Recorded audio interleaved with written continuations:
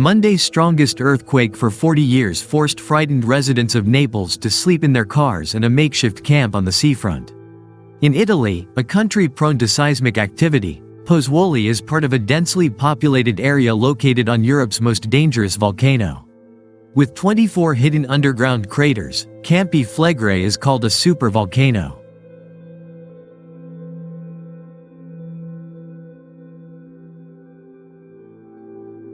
Politicians turned a blind eye for decades as, in a region of outstanding natural beauty and desirable coastal real estate, building raged and the population swelled.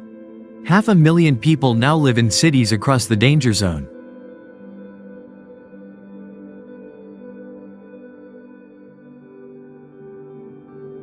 This volcano last erupted 500 years ago. However, since last summer, small earthquakes have become more frequent, until scientists have recorded more than 1,000 a month. Then, on Monday, Pozzuoli was shaken by an earthquake measuring 4.4 on the Richter scale and 150 tremors in one night.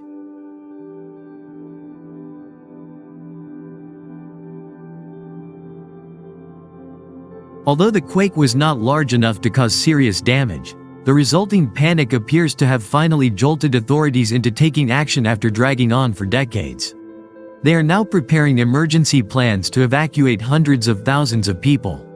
And the central government is for the first time considering the option of paying people to leave the country.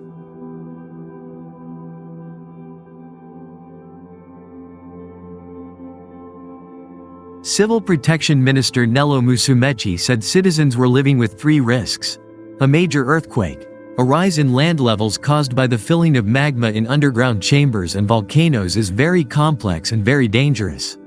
Evacuation would be a problem if after a powerful earthquake 3,000 or 4,000 people got into cars to leave and the emergency services couldn't move.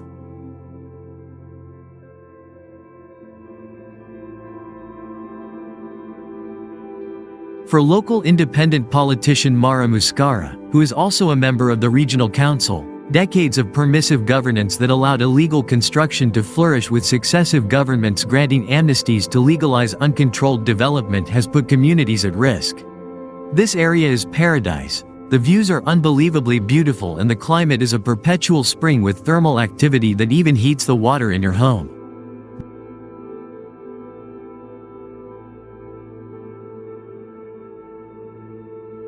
But the natural beauty of the coastline has made it vulnerable to speculative opportunities that fuel continuous urban development.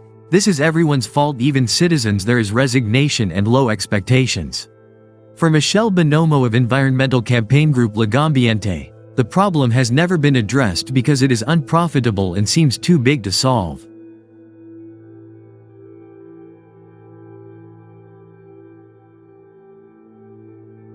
Italy tends to react well to disasters but does little to mitigate them in advance. The country has one of the best civil protection services in the world but only reacts to emergencies. While it is impossible to predict exactly when Campi Flegrei will erupt, when it finally does, the impact can be devastating.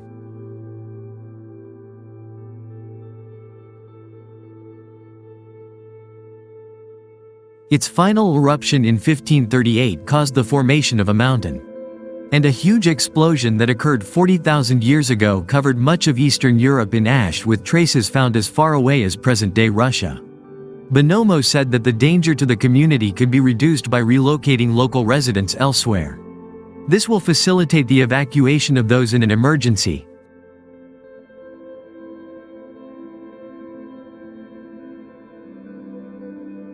The homes and schools of those who remain must be made safe, and residents must be informed about what to do in an emergency through evacuation tests. Muscara submitted a law last year to the regional parliament that would ban new construction and give people incentives to move, but says his proposal was ignored and languished in a drawer.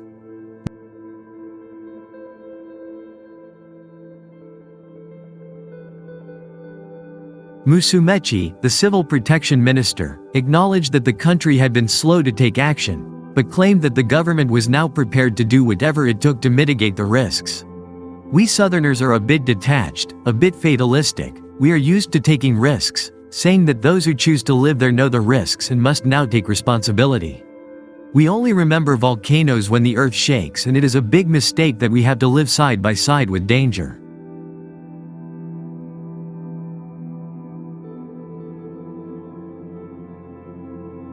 Authorities have so far moved 250 people from their homes as they carry out security checks on buildings and brief residents on evacuation plans. For the first time, ministers are now discussing whether to pay people to leave.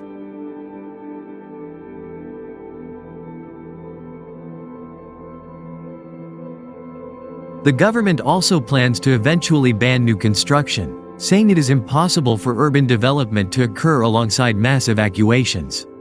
The government has promised initial funding of €500 million for the most vulnerable areas, an amount that will not be enough if thousands of people choose to move.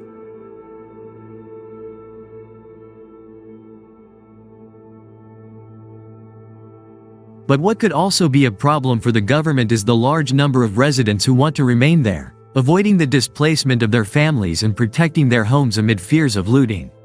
Having lived in the danger zone all their lives, people have lived here for generations. They are used to earthquakes. They say, "This is my land, I don't want to leave it."